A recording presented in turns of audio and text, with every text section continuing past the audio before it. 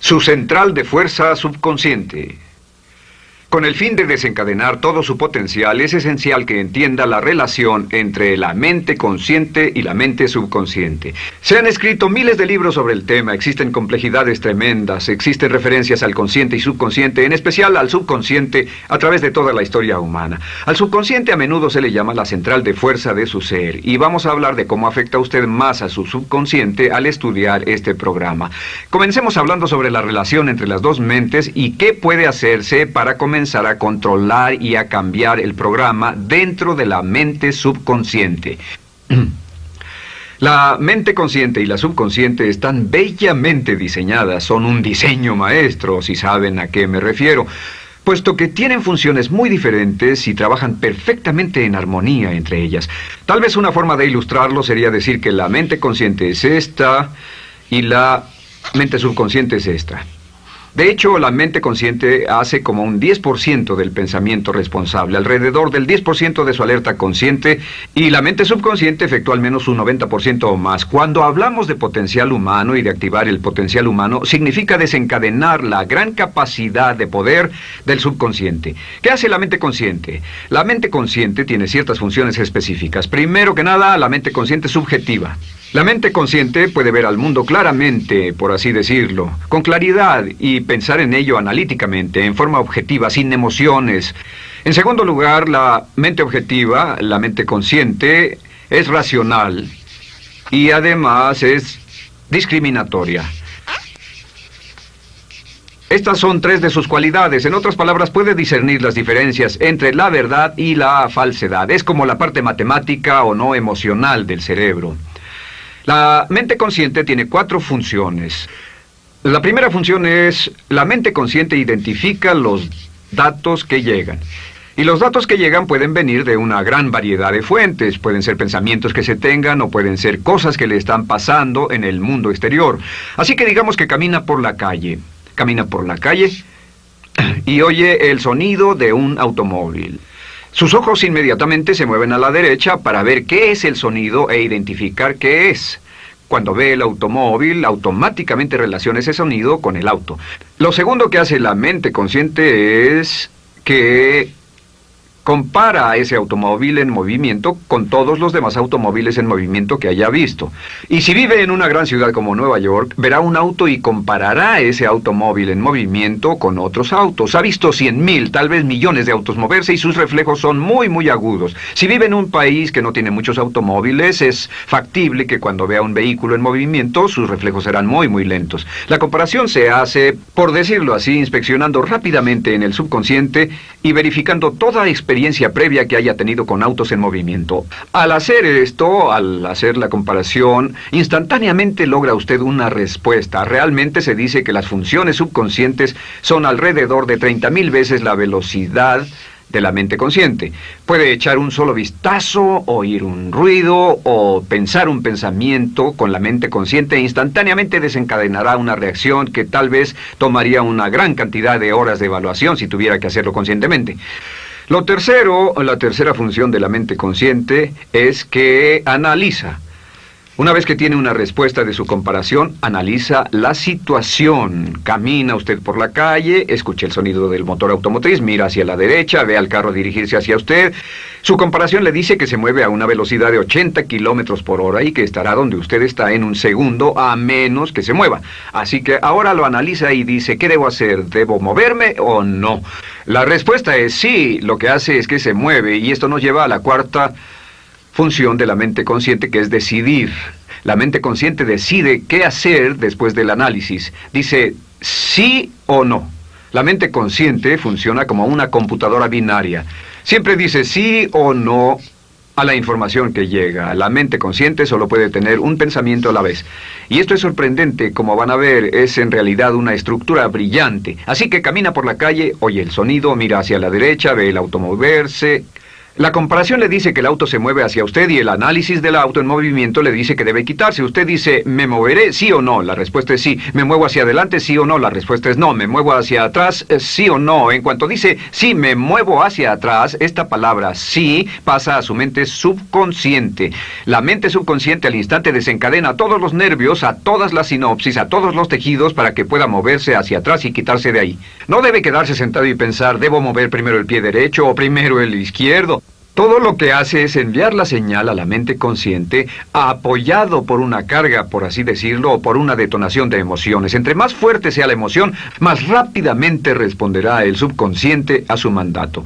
El subconsciente se activa con las emociones. La emoción del temor, la emoción del deseo, el instinto de supervivencia, el instinto de amor. Siempre es una emoción lo que desencadena al subconsciente. De acuerdo, ¿cuáles son algunas de las características de la mente subconsciente? La mente subconsciente es como un banco masivo de datos. El papel del subconsciente es almacenar y recibir datos. En otras palabras, la mente subconsciente es la mente subjetiva, puesto que simplemente es la mente que obedece.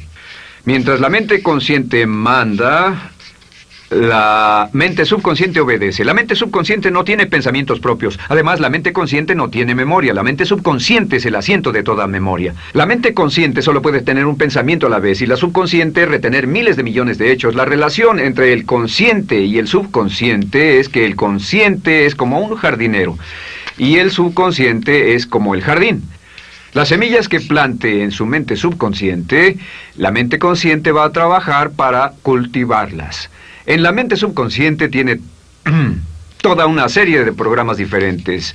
El concepto propio, que contiene toda la información, todos los temas que le son importantes y todas las experiencias y respuestas previas a esas situaciones, para que si tiene una nueva situación similar, uno de los papeles del subconsciente es mantener su comportamiento consistente con su comportamiento previo. Así que si siempre ha tenido miedo de una situación y ve esa situación, instantáneamente temerá sin pensarlo.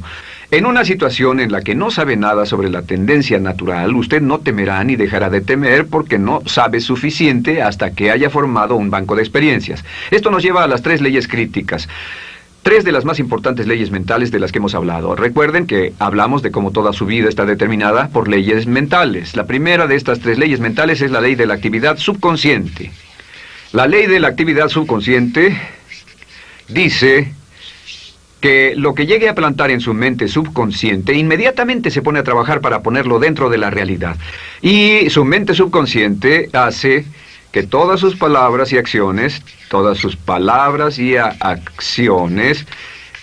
encajen en un patrón consistente con su concepto propio.